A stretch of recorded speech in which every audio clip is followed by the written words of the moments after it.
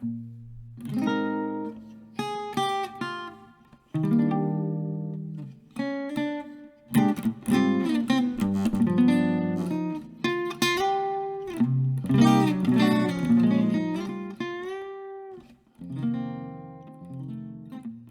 this class, we do everything we can to understand music better. We cater to all sorts of musicians. Some students come in with very little experience. Some of them are laptop DJs. Before coming into this class, I really just knew how to play a couple instruments. I knew how to use Logic Pro, and I had a pretty good handle on it.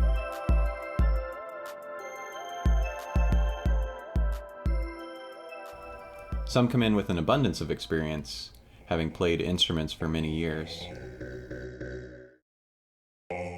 I'm a by-ear, self-taught musician. I had piano lessons when I was younger, but I did not like the fit of having to go and take lessons and be sort of forced to do music, so I strayed away. But drums is where I started. I became completely self-taught myself everything.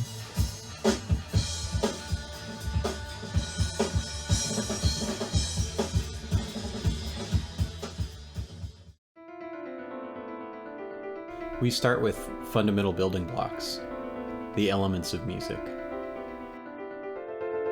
Intervals, the distance between notes. Beats and rhythms, melody and harmony. Music theory helps us analyze music and understand the logic behind how it works. Understanding certain music theory concepts, it adds a whole arsenal to creating music, and it's a great thing to have in the back of your head. Like, music is an art, but it's also kind of like a science as well, thinking about the music theory, whether it's like choosing what key you're in, certain keys, different chords, like triads, and there's seventh chords, all these different types of chords, and it is like tactics to create that music. As students gain a greater grasp of the fundamentals of music, we're able to explore a variety of genres and different musical styles. Broad understanding of musical styles is very important for someone who works with music and media. Music and media, whether it be games or animation or film, is in service to the greater story. There's often a target aesthetic in mind, and we must match the tone and the atmosphere of whatever the theme of our project may be.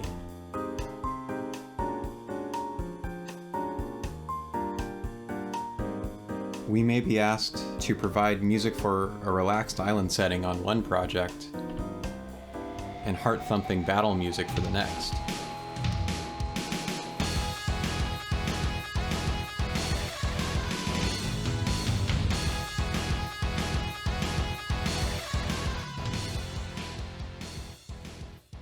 Many of the technical skills that allow students to become more adept with digital audio also apply to sound design.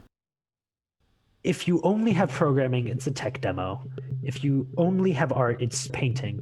And if you add sounds to that, it's still a tech demo, or the art could turn to a movie.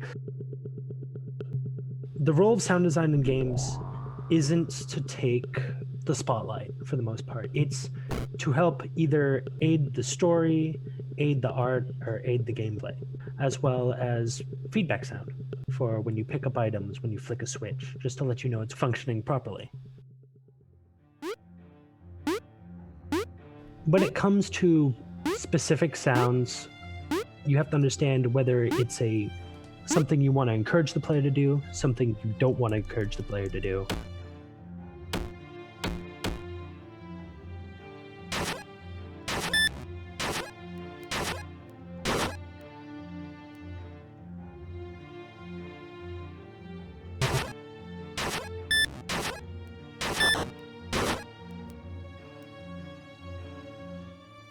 We study microphone technique and best practices for recording audio. And this year, with a portion of our class conducted remotely, students had to adapt to an additional challenge of having to do all of that with limited resources, i.e. their phones.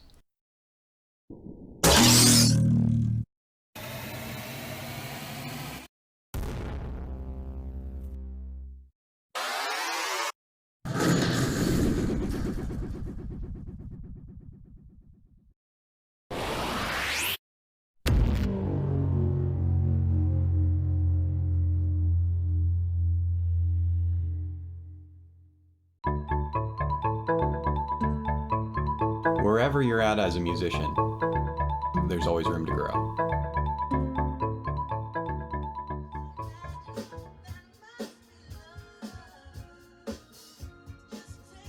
For any younger musician starting out, I guess practice, which is the rote advice, but it really applies, at least to myself. And even if you don't feel like you're improving just a little bit every time you pick up your instrument.